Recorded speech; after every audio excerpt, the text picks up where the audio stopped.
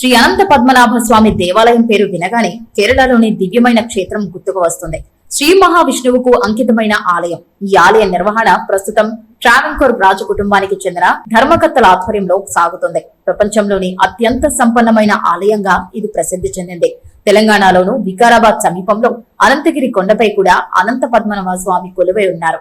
హైదరాబాద్ కు సుమారు 75 కిలోమీటర్ల దూరంలో అనంతగిరి కొండల్లో ఉన్న ఈ ఆలయం మార్కండేయ మహర్షిచే ప్రతిష్ఠించబడిందని ప్రతీతి.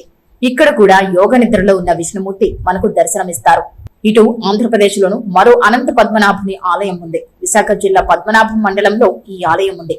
విశాఖ నగరానికి సుమారు 45 కిలోమీటర్ల దూరంలో రెడ్డిపల్లి కొండలపై ఈ ఆలయం ఉంది. సుమారు 600 ఏళ్ల పురాతనమైన శ్రీ అనంత పద్మనాభ స్వామి ఆలయం ఇది. 1200 మెట్లు ఎక్కి చేరుకునే ఈ ఆలయం భక్తులకు మధురమైన అనుభూతిని కలగజేస్తుంది.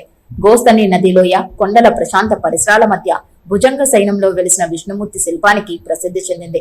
పద్మనాభం అనంత పద్మనాభ స్వామి ఆలయాన్ని సందర్శిస్తే సకల బాధలు తీరిపోతాయని భక్తుల నమ్మకం. విజయనగరం గజపతులు బ్రిటిష్ వారికి మధ్య జరిగిన చారిత్రాత్మక పద్మనాభ యుద్ధం ఇక్కడే జరిగింది. కొండపైన ఉన్న ఈ ఆలయం నుండి గోస్తని నది పరిసరాల దృశ్యాలు చాలా అందంగా ఉంటాయి. ఉదయం 6 నుంచి సాయంత్రం 5 వరకు ఆలయం తెరిచి ఉంటుంది. మెట్లు ఎక్కడం ఇబ్బంది అనుకునే వారికి రోడ్డు మార్గం కూడా అందుబాటులో ఉంది. దేశంలో స్వయంభూగా వెలిసిన ఏకైక అనంతుని ఆలయమైన పద్మనాభం దేవాలయాన్ని దర్శించుకున్నారు ఎమ్మెల్యే గంటా శ్రీనివాసరావు. ఆలయాన్ని అన్ని విధాలుగా అభివృద్ధి చేస్తామని హామీ ఇచ్చారు.